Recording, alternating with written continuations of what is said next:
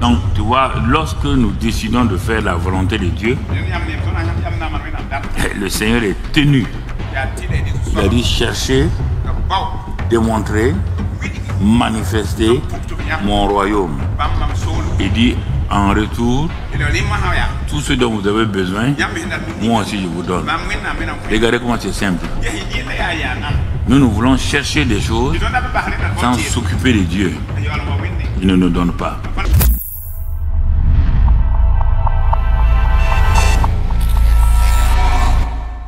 De Christ qui nous a été donné et nous voulons demeurer dans cette pensée de l'œuvre accomplie, marcher dans cette pensée-là et glorifier ton nom. Père, sois béni et sois loué. Merci pour tous tes bienfaits, que toute la gloire, la louange, l'honneur soit à toi seul.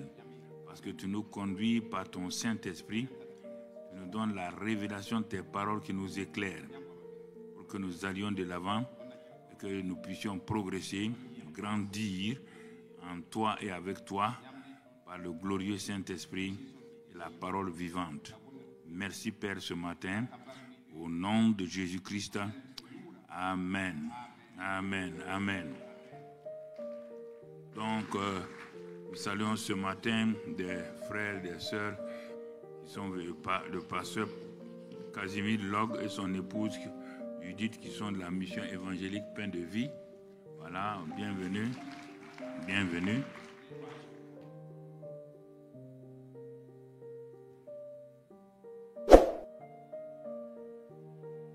Au Haut Conseil des Burkinabés de l'extérieur en Guinée équatoriale. Et la sœur Suzanne Condé, Sadio du Mali, voilà.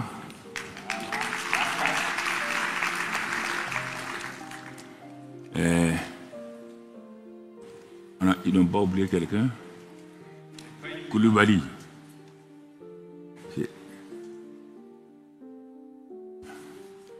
Elle n'est pas là. C'est elle, non? Ok. La fille de Marc Koulibaly. Elle doit être là parce qu'elle est arrivée. Vous m'avez dit qu'elle est arrivée, non? Vous m'avez écrit que la fille de Marc Koulibaly du Mali est venue des États-Unis.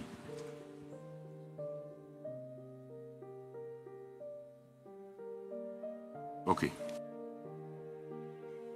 Merci.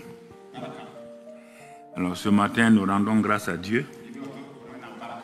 Nous le remercions, nous le bénissons pour ce qu'il fait dans nos vies, ce qu'il nous donne d'aller de l'avant, afin que la grâce de Dieu repose sur chacun d'entre nous. Je vous ai dit, c'est comme si nous reprenons tout à zéro, mais tout en ayant des bases solides que ce que nous avons appris, nous allons le redécouvrir sous la direction du Saint-Esprit. Et quand je révise des passages que j'ai étudiés il y a 15-20 ans, je vois une nouveauté en vie, je vois un progrès dans ma propre vie.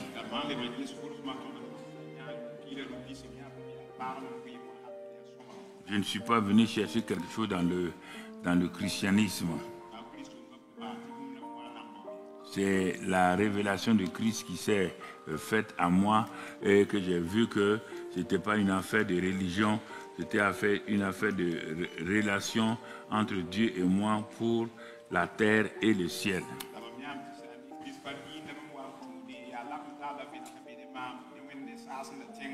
Quand je partais dans ce bâtiment d'église-là, je ne partais pas pour chercher ni la guérison, ni rien. Je partais parce que ce qui m'intriguait, on parlait de Jésus.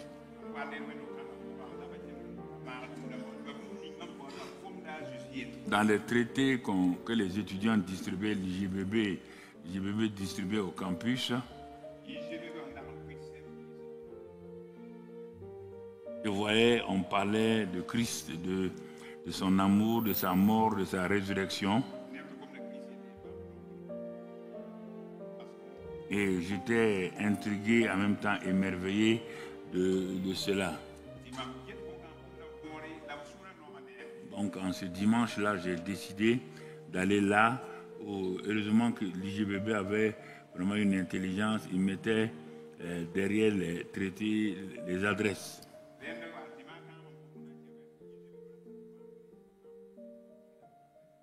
Et ce dimanche-là, avec cette adresse derrière, je suis allé à la recherche de cette assemblée qui était une église locale, Assemblée de Dieu de France. Et la première fois, on n'a pas trouvé. Nous sommes repartis au campus. Mais il y a une force qui était en moi.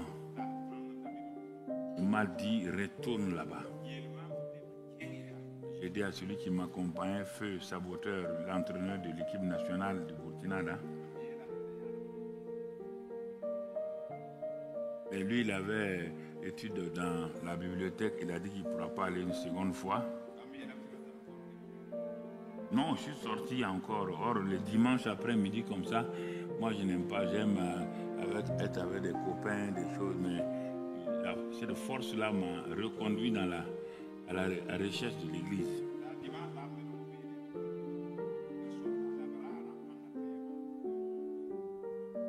Et quand je suis arrivé, j'ai cherché, j'étais dans la rue, mais je n'ai pas trouvé.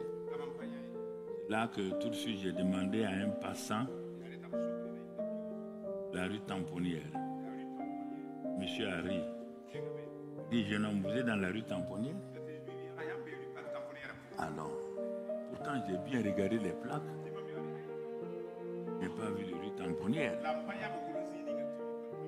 Donc vous voyez là, quand vous allez pour la réalité, l'ennemi va s'opposer à vous. Et si vous cherchez des choses faciles, il va vous ouvrir la porte parce que vous ne cherchez pas Christ, vous cherchez simplement les bénédictions de Christ. Je ne cherchais pas un pasteur, je ne cherchais pas une église, je ne cherchais pas une religion. Je cherchais ceux dont les traités parlaient de lui, Jésus-Christ.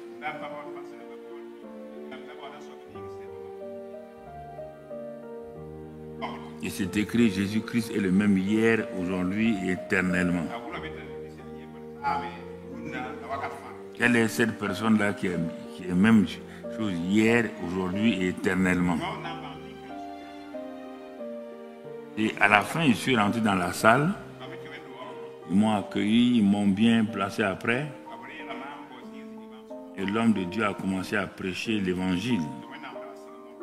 Un évangile simple de 40-45 minutes. Parlant de l'amour de Dieu, de la grâce de Dieu, comment Dieu accueille les gens. Mais c'était un évangile très puissant. Puisque quand il a lancé l'appel, vous savez, j'avais un raisonnement, j'avais comme n'importe quel étudiant, un raisonnement qui pouvait tenir, s'opposer à lui, et puis ensuite j'avais ma religion.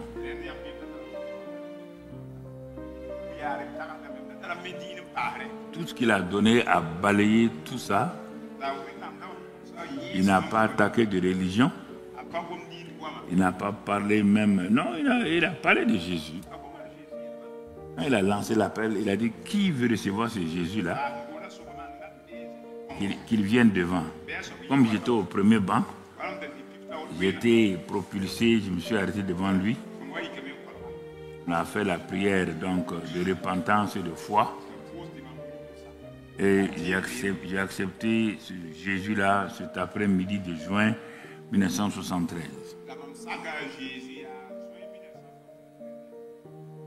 Je ne savais pas que le plus grand miracle de ma vie venait ainsi de se réaliser. Ce qui est sûr, sans effort, sans rien, après qu'une dame âgée m'ait acheté une Bible dans la librairie de l'église là pour me donner,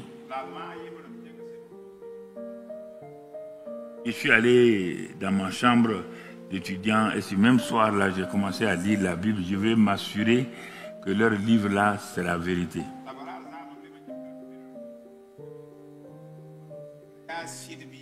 Donc, j'ai commencé à lire jour par jour. C'est ça qui va faire ma force. Jour par jour, avant d'aller en classe, avant d'aller où, j'ouvrais, je lisais un passage de la Bible. Et je laisse quelque chose pour savoir où je me suis arrêté. Là où j'ai failli me décourager, c'est quand je suis arrivé au livre des Chroniques. Un tel fille d'un tel, un tel fille d'un tel, un tel fille d'un tel, un tel fille d'un tel. Non, j'ai dit, je vais lire, tout lire. Il faut que je sache que ce livre-là est vrai ou pas. Et quand je suis passé là-bas, je suis rentré dans d'autres livres. Et c'est en ce moment que la parole de Dieu a commencé à me saisir. Maintenant, je n'étais plus en train de chercher quoi que ce soit. Je voulais découvrir ce Jésus-là. Et une nuit, au mois d'août, quand je suis revenu de l'étude biblique, parce que je n'ai jamais sauté une réunion, sauf quand on avait des devoirs, on avait des examens en faculté qu'on terminait le soir.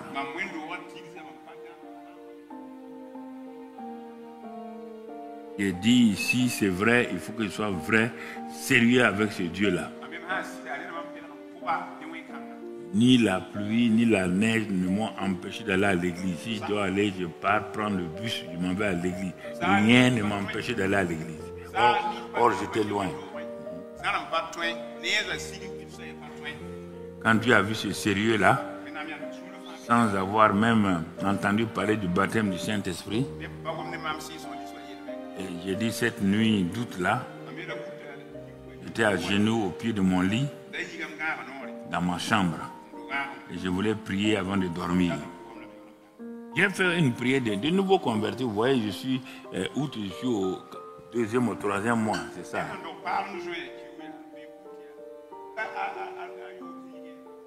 Dieu n'a pas tenu compte que j'ai fait une longue prière. C'est la densité et la vérité de mon cœur là qu'il va regarder.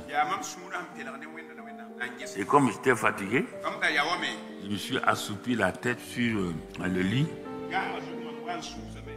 Même pas 10-15 minutes, j'ai été réveillé par une puissance qui me traversait, une puissance qui me remplissait, et en même temps parler dans un langage que je ne comprenais pas.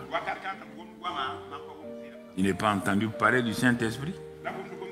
Je n'ai pas entendu parler en langue.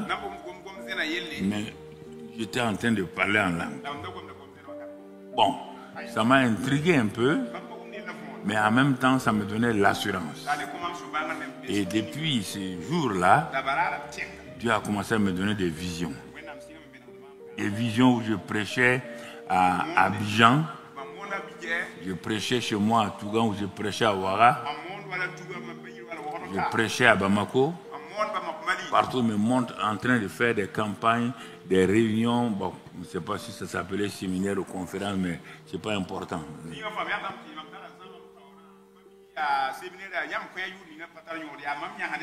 J'ai écrit ça dans mon agenda de 1973 qui est avec moi, 2 agendas de 73 qui sont avec moi encore. Je ne comprenais pas grand chose, mais je savais que Dieu avait un travail pour moi et que ce n'est pas facile. Je n'étais pas venu en France pour être pasteur. Je suis venu en France pour avoir mes diplômes, revenir travailler. Et comme j'étais monétariste, j'étais la BCAO où je devais aller. Et d'ailleurs même, ils m'ont écrit d'ici, le ministre Garango à l'époque, il m'a écrit pour venir prendre il voulait nationaliser une banque qu'on appelle BNP, donc de venir parce qu'il a su que je faisais mes trucs à Toulouse.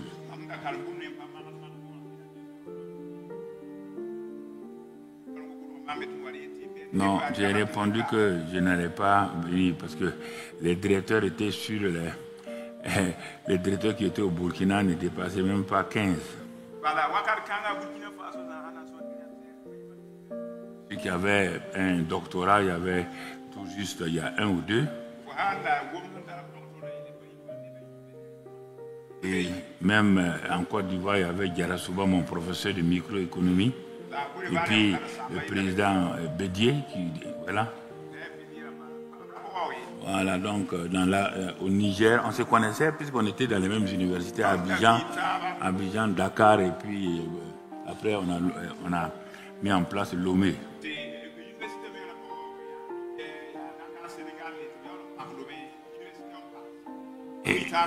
Mais j'ai été obligé à un moment donné, je savais que je devais arrêter. Après quelques diplômes, j'ai arrêté pour rentrer au pays. Et j'ai commencé à évangéliser. Et j'ai commencé à prêcher l'évangile dans les villages, dans les marchés, des petits marchés. Et j'ai vu tout de suite Dieu commencer à agir dans ma vie par des miracles, des signes, des prodiges. C'est ainsi qu'à travers mon travail, comme je voyageais beaucoup, je commençais à prêcher dans les pays voisins. Je partais au Mali pour les conférences des jeunes à Koutiala, dans d'autres villes de Bamako et d'autres villes du Mali. Ensuite, Niamey, après Dakar, après Addis Abeba, toutes ces villes-là. Donc, Afrique du Sud, Kenya. Donc, Brésil, j'ai commencé à voyager comme la vision m'avait montré. Pourquoi je te dis ça aujourd'hui? Parce que nous parlons de conquérant, vainqueur, moissonneur. Donc, je ne connaissais pas ces termes-là, mais il fallait que je sois un moissonneur. Et Dieu m'a fait grâce d'être moissonneur dès le début. Ce qui a enlevé toute peur de mon cœur. Toute hésitation, tout doute. Et donc, tu vois, 52 ans plus tard, je viens te parler de ça aujourd'hui. Pour que tu saches qu'on n'est pas devenu chrétien pour être à la recherche de bénédiction. Mais pourtant, je n'ai rien manqué. Rien. Absolument rien. Aujourd'hui, je suis content. Dieu a pourvu à mes besoins. Il pourvoit à tous mes besoins.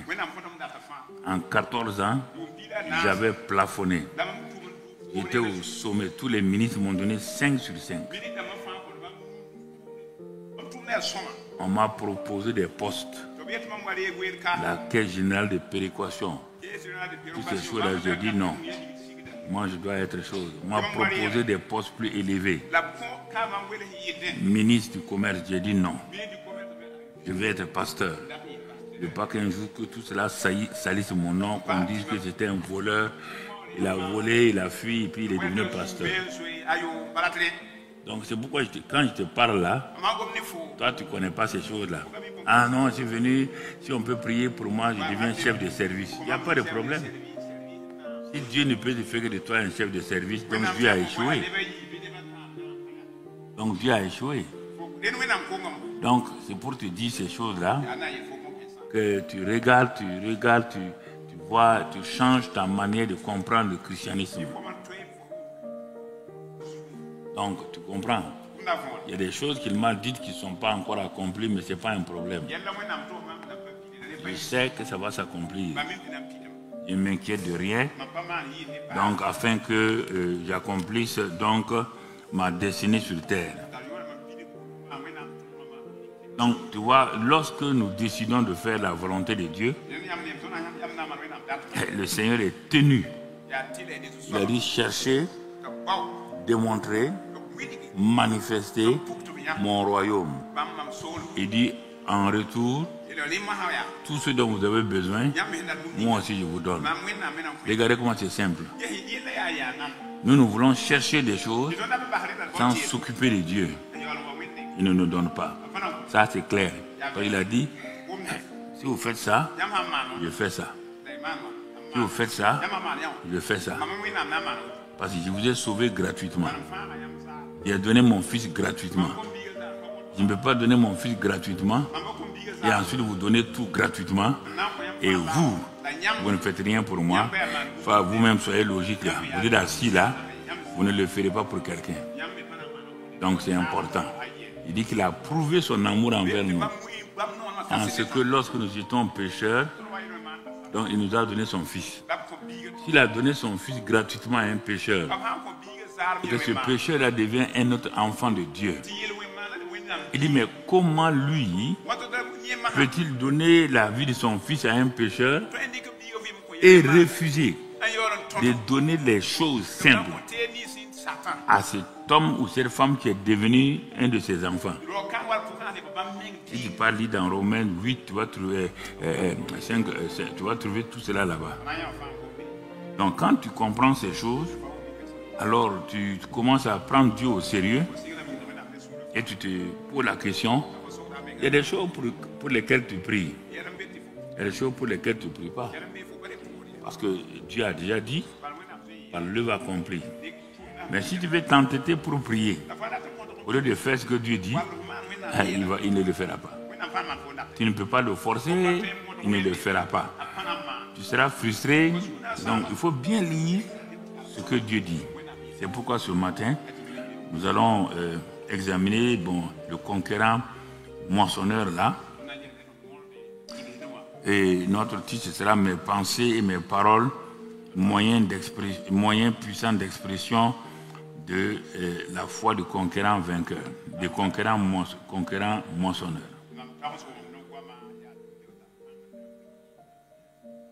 Quels sont les rôles de mes pensées et de mes paroles qui sont un moyen puissant d'expression de ma foi? Elle répond déjà de la question dans la phrase. Et vous savez pourquoi je reste sur la foi pendant quelque temps encore? Parce qu'il faut reconnaître que les prédicateurs que nous sommes n'ont pas beaucoup développé la foi de façon simple. On a cité les versets sans les expliquer. On a demandé aux gens de croire, d'exprimer la foi sans avoir dépouillé donc la foi elle-même. Ce qui fait que les gens ont récité les versets sans connaître le contenu de tout cela. Et c'est pourquoi nous avons pris depuis quelques semaines, on a parlé d'Abraham, sa foi, on a dépouillé cela en petits morceaux. Si tu as suivi ça et que tu as bien pris, donc aujourd'hui, tu vas voir que le cours d'aujourd'hui ou bien l'enseignement d'aujourd'hui va être bénéfique. Mais si tu n'as pas révisé, tu vas partir à partir d'ici, mais parce que ce qu'on avait déjà dit avec Abraham et les autres cas, tu ne vas pas comprendre. Puisque Abraham, c'est le père de la foi. C'est l'école d'application de la foi dans la vie quotidienne. Le cas d'Abraham et de Sarah, il n'y a pas un exemple sur la foi plus que ces deux-là. Ainsi, on l'appelle le père de la foi. C'est-à-dire que humainement, c'est lui qui, donc l'application peut nous apprendre beaucoup de choses. Et c'est pourquoi, si tu n'as pas bien étudié, il faut aller reprendre le message dans YouTube et ou bien commander et tu vas comprendre. Il y a des leçons, quand tu ne comprends pas, tu ne peux pas réaliser les exercices. Et tu le sais bien, tu as fait l'école. Avant tout combat effectif pratique de la foi, tu dois apprendre à gagner la guerre des pensées et des paroles que tu dis chaque jour, que tu vis chaque jour.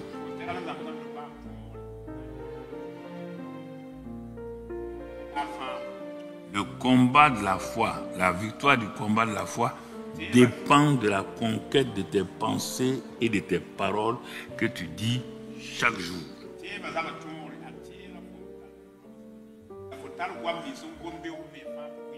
Je répète, pour que tu aies la victoire claire du combat de la foi,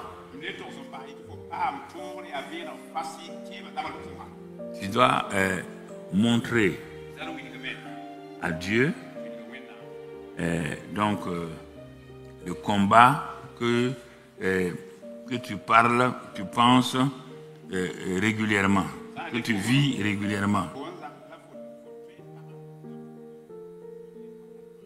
Et dans quel domaine? Face à tes montagnes, face à tes circonstances, face à tes figuiers, à tes sycomores, face à tes pensées et tes paroles. Parce que ces deux choses-là expriment.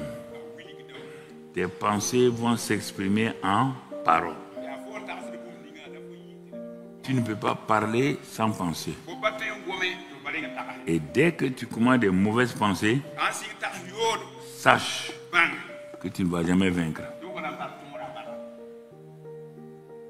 ne vas jamais vaincre.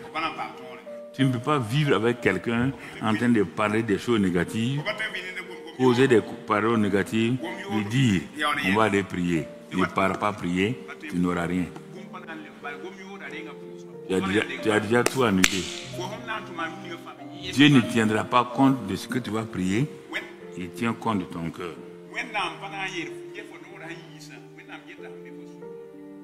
C'est pourquoi il a dit, vos pensées ne sont pas mes pensées. Et il dit, non seulement vos pensées ne sont pas mes pensées, réfléchis bien. Si mes pensées ne sont pas des pensées de Dieu, comment Dieu et moi vont s'entendre? Si tes pensées ne sont pas semblables aux pensées de ton mari, comment toi et ton mari vous allez vivre dans la maison? C'est ça qui amène les bagarres, non? Ça amène les mêmes bagarres avec Dieu aussi. Parce que pourquoi? Dieu a ses pensées. J'ai mes pensées. Autre verset, dans Proverbe 23, il dit un homme est tel que sont ses pensées. Alors, moi j'ai mes pensées. Donc Dieu me dit, donc, tes pensées-là, ça te représente. Moi aussi mes pensées, ça me représente. Comment toi et moi on va parler? On va s'accorder comment? Vous voyez pourquoi? Vous vous fatiguez inutilement. Dieu dit, mais si tu as tes pensées, moi j'ai mes pensées, comment on va s'entendre? Donc tu veux que moi je laisse mes pensées pour te faire plaisir? Et ça va être la catastrophe pour toi?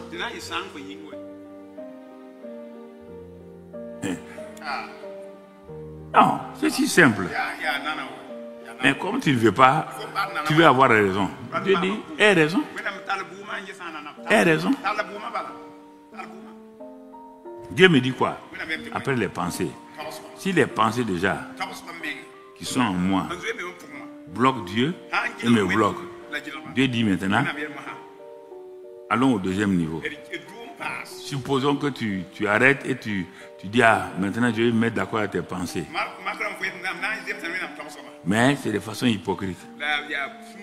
Parce que tu crois que tu peux tromper Dieu.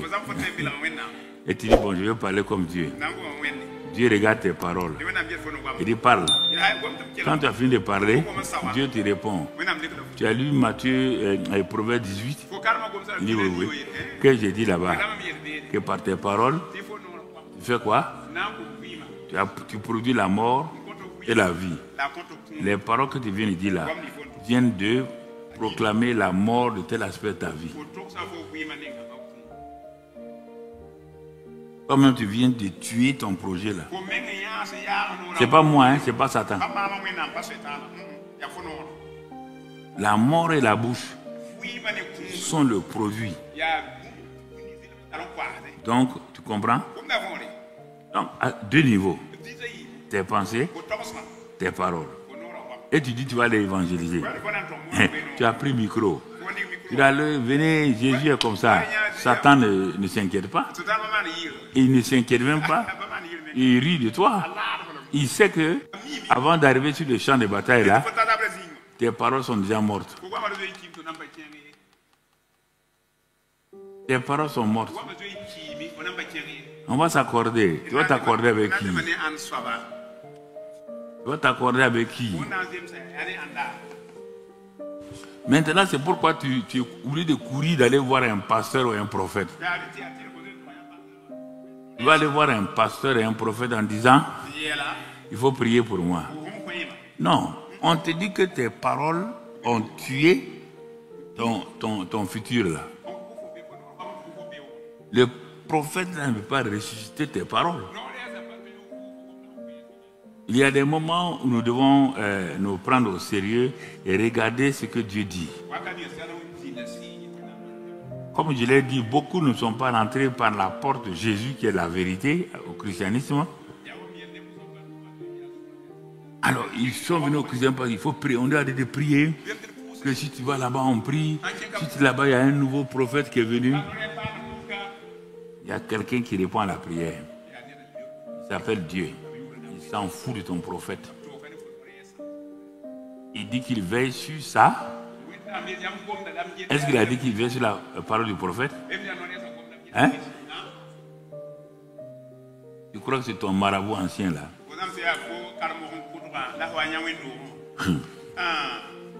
Quand tu vas, il ment comme il veut. Tu donnes l'argent, tu t'en vas. Non. Ça ne marche pas. Écoute, c'est pourquoi je vais lentement. Et sûrement que tu comprennes un certain nombre de choses. Donc, par exemple, prenons le cas de David et de Goliath. Regardons dans 1 Samuel 17. 1 Samuel 17. Et on va partir de ça pour aller avancer doucement. Et au verset 1, la Bible nous montre qu'il y a eu guerre au temps donc, de Samuel entre les Philistins et Israël. Israël, c'est le peuple de Dieu. Il vient d'avoir un roi, c'est le premier roi qui est oint sur la terre.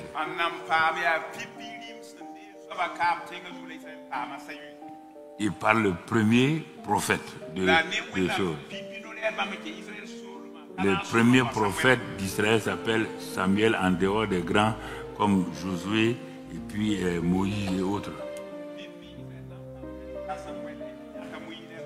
Mais ceux qui sont rentrés réellement en Canaan, qui ont commencé à vivre, travailler, leur premier prophète c'est Samuel. Et le premier roi c'est Saül. Samuel est un roi fidèle, un prophète fidèle. Va venir oindre un jeune homme qui cherchait les années de son père. Il n'était pas malhonnête, il était honnête aussi.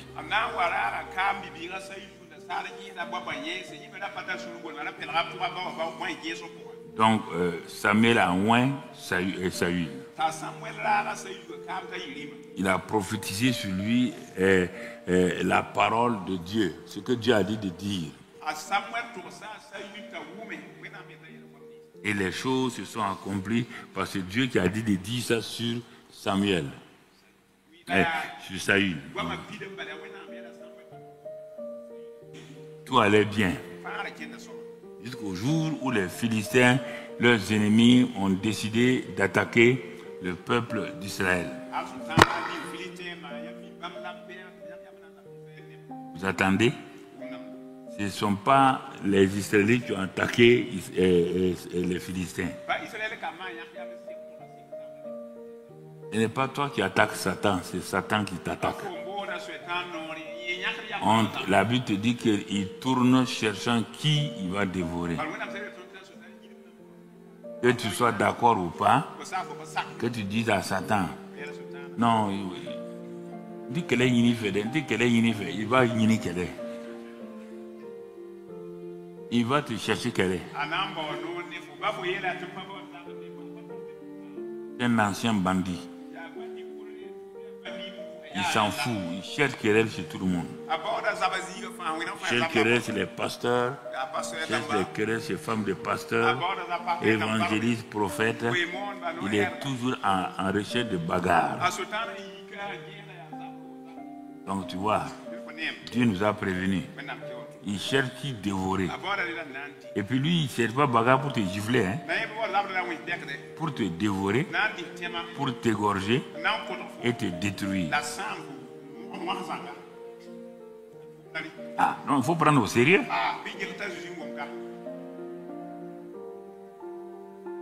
Personne ne peut te protéger sinon que toi-même. Mais comme Dieu sait que l'ennemi te cherche, Dieu ne t'a pas laissé seul. C'est pourquoi il a oint David. Il a oint des forces, il a oint du Saint-Esprit. Et il lui a donné un cœur courageux.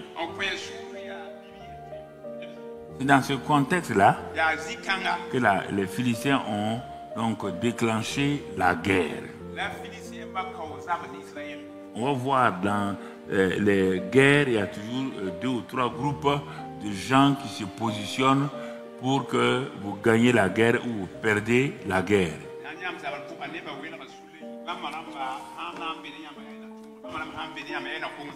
C'est un pays commun. Écoute-moi, donc tu es concerné, c'est comme une assemblée. Donc nous sommes là aujourd'hui comme Israël. Là. Donc les groupes qu'on trouve avec David là sont les mêmes groupes qui sont là ce matin ici.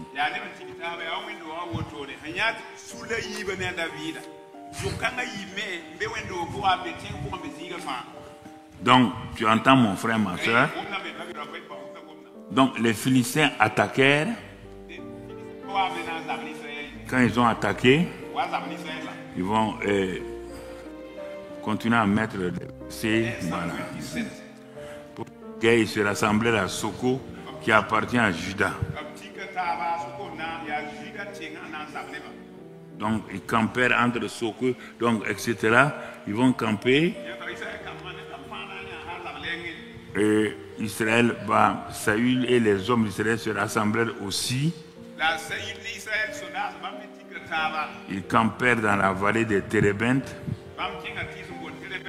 et ils se mirent en ordre de bataille contre les Philistins.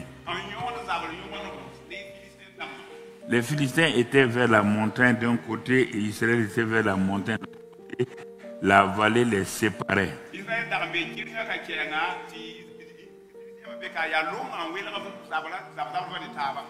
Bon, regardons le combat, comment ça se déroule. Bon, on va arrêter ici et puis après, on va revenir.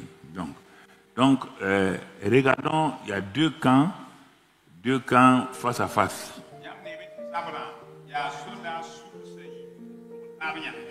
D'un côté, les Philistins, de l'autre côté, Israël. Israël avait comme appui Dieu lui-même. Le roi était oint. Le prophète était au milieu d'eux. Il y avait des vaillants hommes comme les David là-bas. Alors, comme l'ennemi sait qu'avec toutes ces personnalités, ces vaillants hommes-là, il ne peut pas gagner la guerre directement. C'est pourquoi il va utiliser ce qu'on appelle la ruse. Il va utiliser les pensées et les paroles pour attaquer. L'ennemi sait aussi que les paroles et les pensées ont une puissance.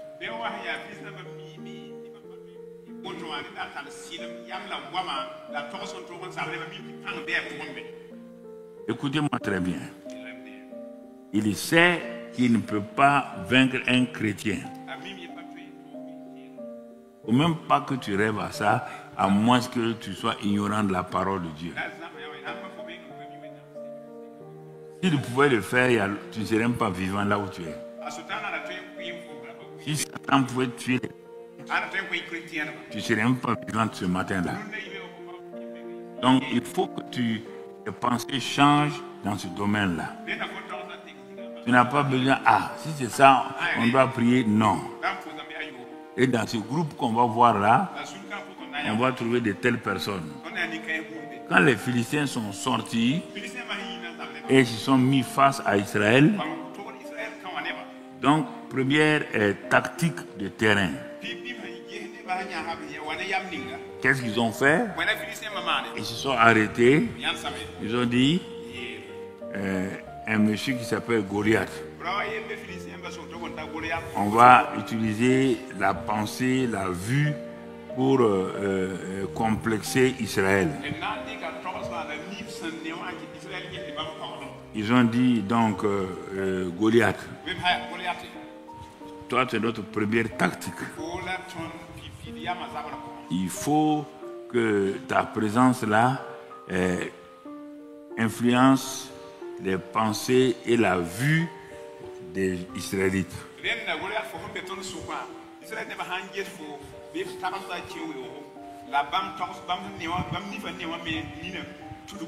De quelle manière? On va te proposer comme une montagne de quelqu'un. On ne va pas dire si 10 personnes viennent sur toi. Hein? Non. Tu es une personne, on va proposer à Israël une autre personne. Et nous savons que dans le camp d'Israël, en dehors de Saïdou lui-même, qui est grand, personne n'est grand. On va d'abord les complexer. Et on voit, c'est pourquoi on voit sortir et revenons. Donc on revient là-bas, on dit qu'un homme sorti alors du camp des Philistins, vous croyez qu'il est sorti en vitesse? Il est sorti en faisant comme ça, en marchant pour arriver. Vous comprenez? Il se nommait Goliath était de Gath. Et la Bible dit, et il avait une taille de 6 coudées et un empan 3,25 m. Et on le décrit. Sur sa tête était un casque d'airain et il portait une cuirasse à écailles, etc. Il avait aux jambes une armure d'airain et un javelot d'airain entre les épaules.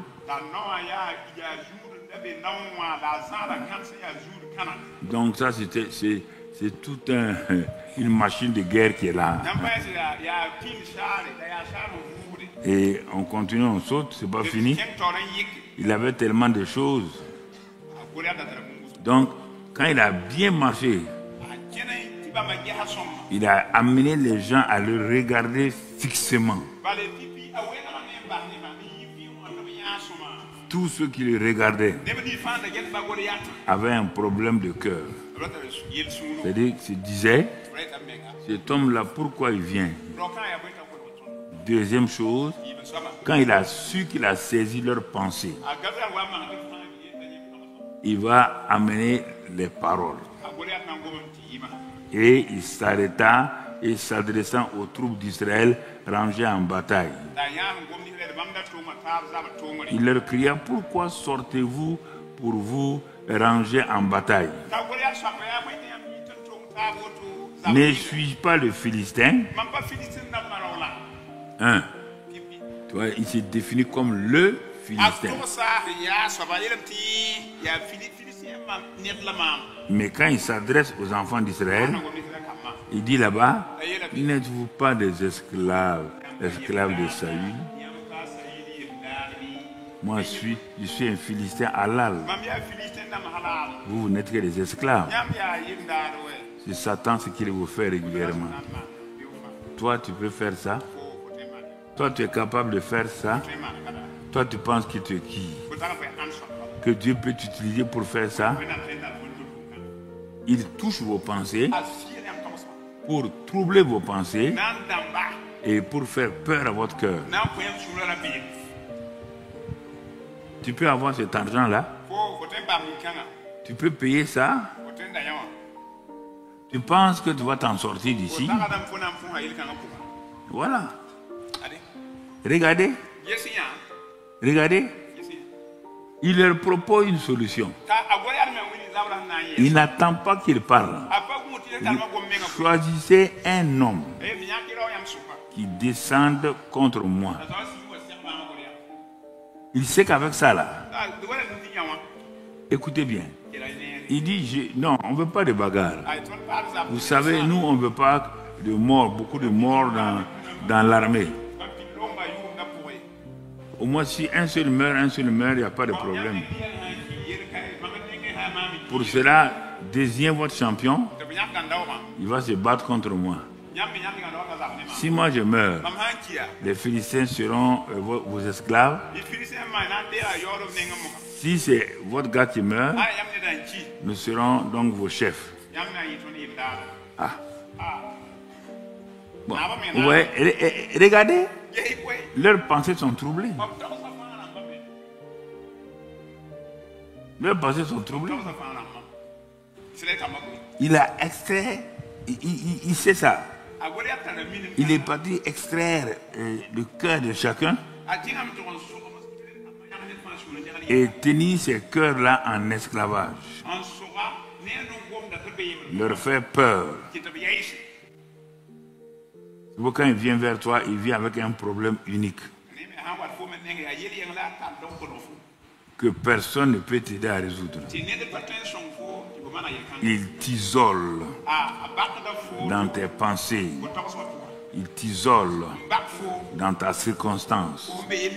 On dirait que c'est toi seul qui a problème sur la terre. Il te montre que Dieu ne s'intéresse pas à toi. Il dit, mais regarde les autres là.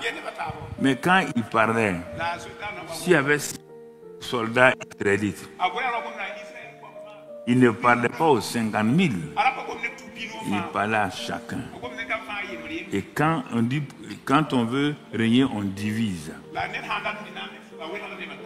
Il a mis chacun de son côté. Si toi tu viens, si tu meurs, ta femme perd un mari, tes enfants perdent un père. Et le pays perd un soldat. Tout ça était en train de tourner dans la pensée de chaque soldat israélite.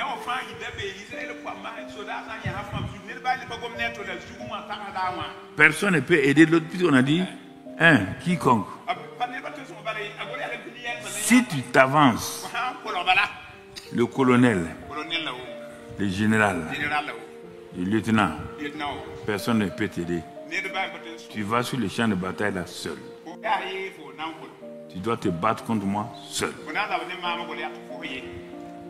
Regardez comment l'ennemi fait. Aucun prophète ne peut résoudre ça. Et parmi eux, il y avait des prophètes. Parmi eux, il y avait toutes sortes de gens. Tu as vu que quelqu'un a levé la main pour dire non? La suite, mon ami. Qu'est-ce qu'il a dit là-bas? Le Philistin dit encore, je jette en ce jour un défi à l'armée d'Israël. Donnez-moi un homme et nous nous battrons ensemble. Donnez-moi un homme. Ah, ouais, il a ajouté autre chose. Il ajoute la confusion maintenant. Donnez-moi un homme. Il n'a pas d'involontaire. Et vous-même, vous savez que cette phrase-là va créer des problèmes. Qui va donner qui? Quel droit tu as de m'envoyer là-bas?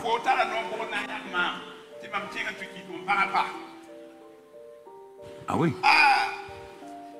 Qui va donner qui? La preuve est que Saül et tout Israël entendit ces paroles de Philistins et ils furent effrayés et saisis d'une grande crainte.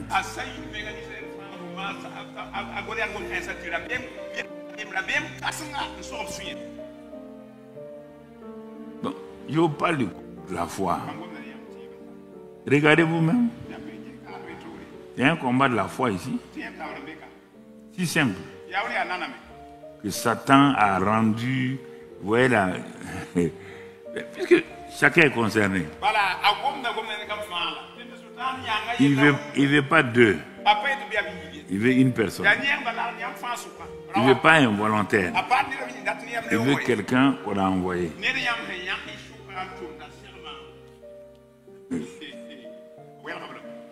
Il a tout mélangé pour eux. Le cœur de chacun bat. C'est comme ça qu'il fait. Quand il pénètre quelque part, dans une famille, dans un bureau, dans une église, c'est ça qu'il fait. Les gens commencent à douter les uns sur les autres. Les gens commencent à penser ceci ou cela. Ah, on ne nous aide pas ici. Quand tu viens ici, tu te bats tout seul. C'est l'ennemi qui a fait ça. L'ennemi a fait ça. On dirait même qu'on t'a oublié. C'est moi qui aide les gens ici. Moi, j'ai un problème maintenant. Personne ne vient me saluer. Ça fait une semaine. On est venu te saluer. Ta série de vient te saluer. Ils sont comme ça. Ils t'ont oublié. Ces rues de Satan font plus mal que les choses. Donc, il faut bien comprendre. C'est ça qui bloque les gens dans le combat de la foi. Il faut apprendre que dans les épreuves, dans les circonstances, à vivre seul. C'est ce que j'ai développé. Que tu viennes me visiter, tu viennes me saluer, c'est pas important. Il y a quelqu'un qui est en moi, qui est en moi. J'ai développé ça sans dépendre de quelqu'un. Je ne veux pas téléphoner à prier pour moi maintenant. J'ai tel problème. Non. Je ne veux pas demander ça. Non. Je me suis habitué à être seul. C'est quelque chose que j'ai développé. Mais je dis si je voyage j'ai un problème. Qui va m'aider? Au début c'était comme ça, je voyageais seul. Je tombe malade là-bas, dans un hôtel. Qui va m'aider? Il faut que je développe ma foi dans le Seigneur. Que je développe ma foi dans son amour. Que je développe ma foi. C'est ainsi que j'ai fait. Il y a des moments où je me vois à Libreville encore, complètement chaos. Je me vois en Inde, malade. Je me demandais si je vais arriver à Ouaga. Tu entends? Pour respirer, mais c'était un problème. Mais Dieu m'a gardé, parce que je me suis basé. Je me vois entre New York et Dakar, empoisonné par des, comment on appelle les fruits, les trucs de mer là. Des fruits de mer, hein? Crevettes. C'était avec Air Afrique. J'étais allé à New York pour prêcher. J'ai pris l'avion. Et comme j'aimais crevettes, ils sont venus servir. Quand j'ai mangé ça, je n'ai jamais été aussi malade. Air Afrique ne pouvait rien faire. On était en l'air. Il y avait un vol Air Afrique Dakar, New York Dakar. Donc je devais faire Dakar Abidjan, Abidjan Ouaga. Mais quand j'arrivais à Ouaga, j'étais comme déstructuré. C'était un vrai poison en moi. Mais comment je vais faire? Ils n'ont rien. J'étais dans mon fauteuil, priant en langue, repoussant Satan. Mais si je n'étais pas habitué à ça, quelle est la personne qui allait venir m'aider? Donc c'est pour te dire qu'il y a des choses qu'il faut apprendre à combattre. Tu comprends? Donc c'est pourquoi même si l'ennemi te propose ça là, il ne sait pas qu'il vient de te donner la manière prochainement pour le combattre. L'ennemi n'est pas assez, il est rusé, il n'est pas intelligent. Il livre ses secrets parfois aux gens, ses stratégies et ses... Donc tu vois ici, tu vois des choses comme ça qu'il faut bien comprendre. Alors comme ils ont eu peur là, ça s'est passé plusieurs jours comme ça. Régulièrement ça venait, régulièrement mon frère. Donc ne cours pas, ne fuis pas, et va t'enfermer et commence à parler à Dieu. De toute manière, t'effrayer ne te donnera rien. Même si quelqu'un venait chasser ce démon-là, ça ne te donnera rien. Parce que ça va se répéter toute ta vie. Chaque fois, tu auras des problèmes. Les jours que tu n'apprendras pas à t'arrêter, ça n'ira pas. Ah, regarde, je t'amène à l'école primaire. Quand tu es à l'école primaire, il y avait des gens qui étaient plus grands que nous. Chaque fois quand tu viens, il va te dire, il faut donner, tu as amené 25 francs. Tu dis non, il te provoque, il te frappe. Tu as amené des galettes, tu as amené ça.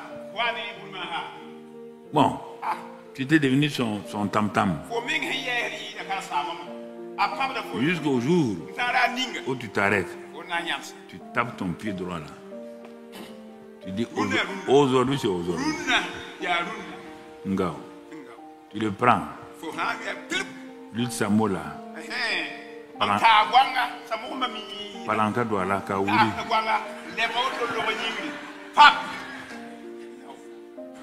Il est à terre et en même temps tu poses ton pied dessus. Et tu commences à faire des gongongou.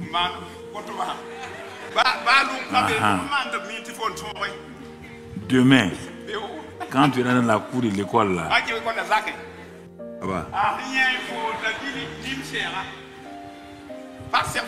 ok. Satan est comme ça. Tant que tu vas pas l'affronter, il va te fatiguer. Il sait qu'il ne peut rien contre toi. Mais toi tu ne le sais pas. Ou soit tu l'ignores, ou bien tu as peur d'attaquer.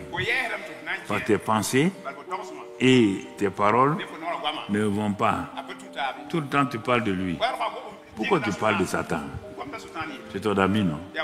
Vous avez grandi ensemble? Tu as grandi à Satan? Ok. Tu as grandi avec lui. On dit de ne pas séparer deux amis. On te laisse avec ton ami. Donc, vous voyez, toutes ces choses-là, Satan aime le showbiz. Il faut qu'il t'influence. Tu comprends?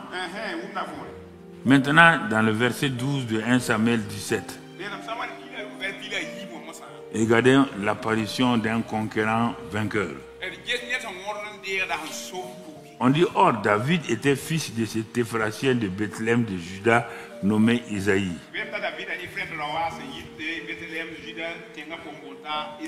qui avait 8 fils et qui du temps de Saül était vieux,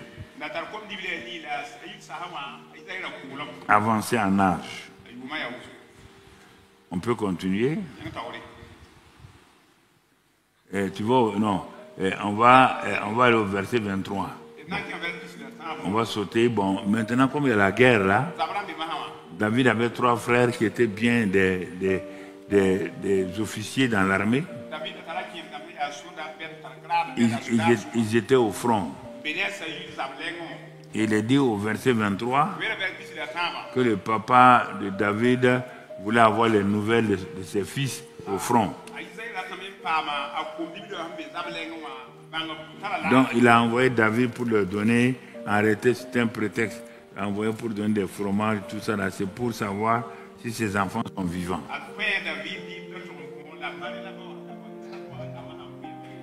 Et David est arrivé sur le champ de bataille et il est tombé net sur l'apparition de comment ça s'appelle, Goliath encore sur le terrain.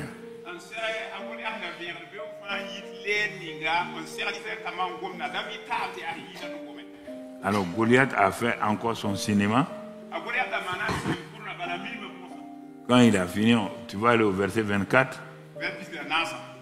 Donc après le 20, à la vue de cet homme encore, tous ceux d'Israël s'enfuirent devant lui et furent saisis d'une grande crainte. Les mêmes phrases toujours. Grande crainte. Plus tu n'arrives pas à résister à Satan, plus la peur grandit en toi.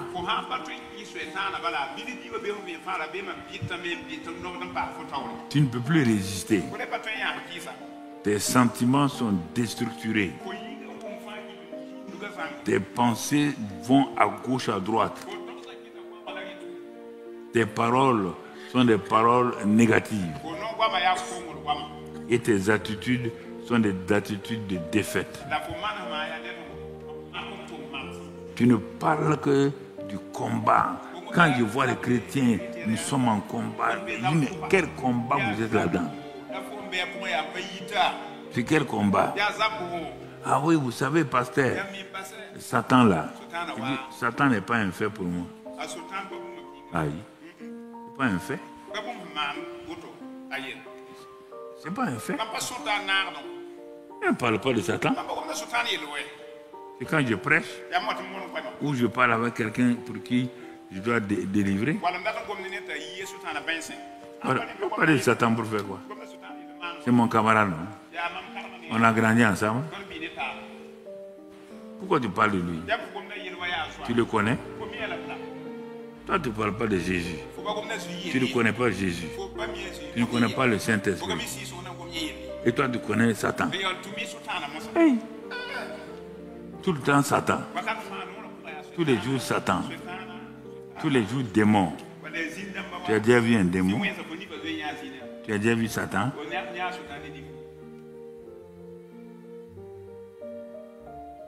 Tu l'élèves. Tu es en train de l'exalter, de le louer. Et tu veux qu'il fasse quoi? Il va être bien. Il va être bien. Alors, mon frère, ma soeur, au moment où il y avait ça là, et regardons chacun, bon, comme ils l'ont dit, chacun, bon, il est venu de lancer un défi. Bon, c'est la répétition, on va laisser ça, on va avancer. Donc, tu peux nous faire avancer au 26 et 27. Donc, David dit aux hommes qui se trouvaient près de lui. David était là. Il venait d'arriver sur le champ de bataille. Il n'est pas dans l'armée. Sa qualification, il avait l'onction. Il avait un cœur totalement entier à Dieu. Parce que Dieu dit, si vous lisez, que c'était un homme dont le cœur était tout entier à Dieu. Et il connaissait Dieu. Dans le psaume 139, on nous montre qu'il connaissait Dieu. Il dit, quand je m'assois, Dieu est au courant. Quand je me tiens debout, Dieu est au courant. Il dit quand sa main est sur moi, il m'entoure, où vais-je, où irai loin de lui? Il dit, mais je ne peux pas m'éloigner de Dieu. Quand je m'en vais aussi dans les cieux, c'est son trône. Si je reste sur la terre, c'est son marchepied. Si je m'en vais en enfer, il dit, sa lumière là va m'éclairer. Il m'entoure. Alors, un homme qui a cette conscience, on a déjà parlé de ça, la conscience, la présence consciente de Dieu, révélationnelle de Dieu. Et sûrement on va revenir sur ça durant l'année. Mais qu'est-ce qui fait qu'aujourd'hui, tu n'arrives pas à résister? Tu es plus conscient de la présence de Satan, des démons, que de la présence de Dieu en toi.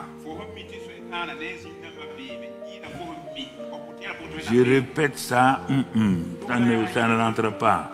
Chaque fois que vous avez un problème, vous fuyez comme Israël. Ça, je n'arrive pas à saisir. Oui, vous priez bien. Oui, vous jeûnez bien. Mais chacun, quand il est devant ces circonstances, je ne comprends pas, je vois que ils sont en ville partout maintenant, en train de chercher un prophète, une prophétesse. Parce que tu n'as pas découvert qui est le vrai Dieu. On t'a prêché Christ en nous. On a repris sous une nouvelle formule notre union avec Christ. Sinon, depuis qu'on a commencé, c'est ce même verset-là qui est là depuis 1980. C'est depuis combien d'années? Tous les gens sont convertis avec ce verset-là. Les anciens, les Gilbert, les quoi, les Éloi sont tous convertis à ce verset-là. Christ en nous, l'espérance de la gloire. Quand Dieu m'a révélé ce passage-là, il m'a fait asseoir de prendre l'expression Christ en nous, ou bien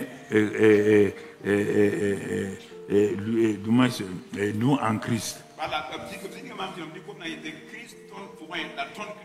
Et qu'est-ce que ça donne? J'ai repris ça encore l'autre jour avec Ephésiens 1, verset 3 et suite. J'ai pris les 10 points de Christ en nous pour réviser moi-même. Donc j'ai vu que maintenant, c'est toujours la même chose.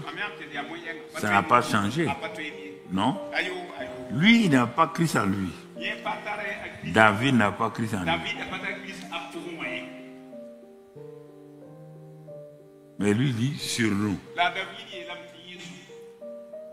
Non, tu vois. Et qu'est-ce qui va se passer? Nous, il est dit en nous que celui qui est en nous là, il est plus grand que celui qui est au dehors. Mais pourquoi, quand le problème arrive, toi, tu arrives à penser que Satan ou les démons qui sont au dehors là sont plus grands que Jésus et tu n'as qu'à aller chez l'ange Gabriel. Il va te créer problème. Pourquoi tu vas dire que Satan est plus grand que mon patron et tu viens me défier pour que moi je prie pour toi? Réfléchissez un peu là.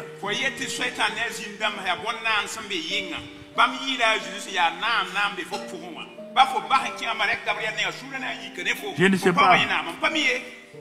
Quand j'arrive là-bas, ça m'énerve. Tu ne peux pas supporter ça? Toi, tu dis que tu t'es converti à Jésus. Jésus, qui a dit tout est accompli, qui a détruit les œuvres des ténèbres, qui est venu se cacher, se mettre en croix. Il dit qu'il a dépouillé Satan. Avant de rentrer en toi là, il l'a dépouillé. Il l'a donc livré en spectacle. Il a détruit ses œuvres. Et maintenant, il est ressuscité en nouveauté de vie. C'est ce Jésus-là qui est venu rentrer en toi.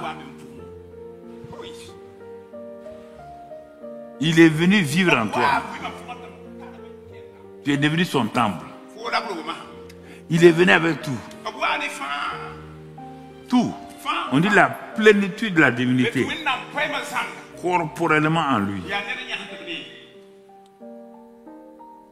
Si c'est Jésus-là, réfléchis toi-même. Tu dois avoir honte. Hein?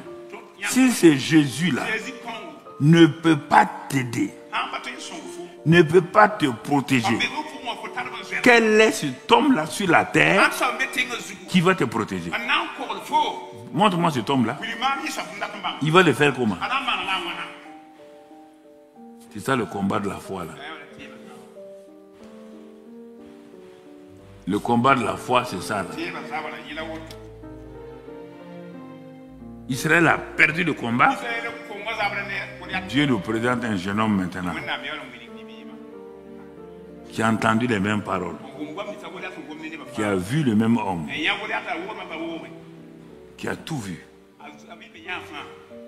Et il s'arrête. Le ciel attend la réaction de David. Le ciel attend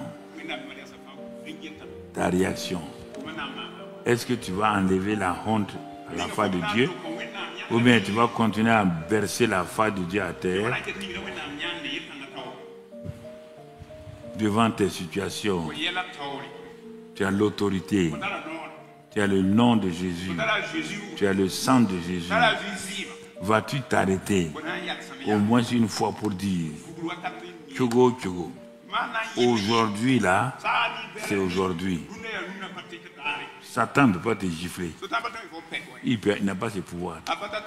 Il n'a pas le pouvoir de te frapper.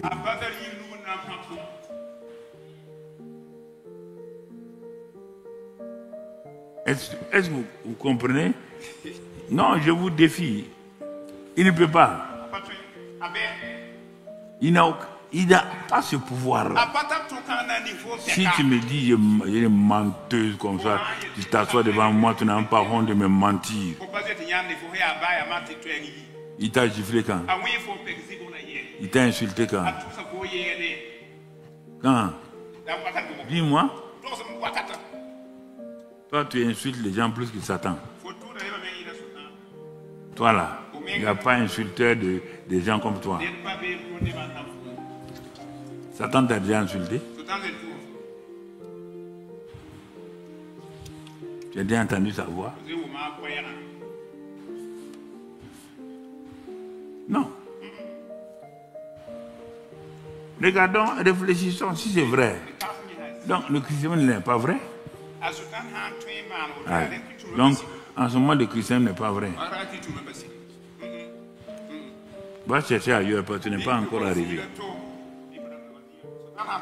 Parce qu'il doit y avoir une autre religion plus puissante que le christianisme. Va chercher. Et sûrement tu vas trouver.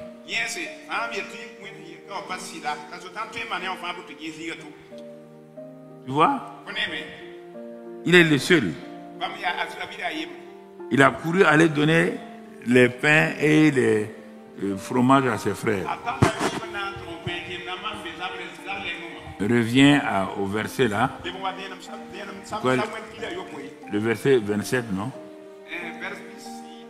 26 d'abord. Regardez, mais il a parlé comme un innocent. Quand il a entendu ça là, il n'a pas d'épée. Rien. Il dit aux hommes qui se trouvaient près de lui, que fera-t-on à celui qui tuera ce Philistin?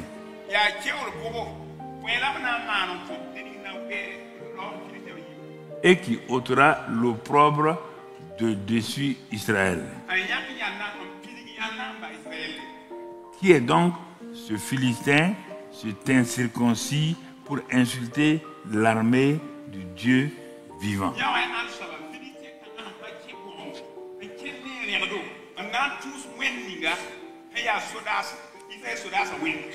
Donc, David est en train de nous parler que tout ce que Satan dit contre Dieu là, il est en train d'insulter Dieu, il est en train de faire du mal, et que nous entendons ça, on se tait, on continue.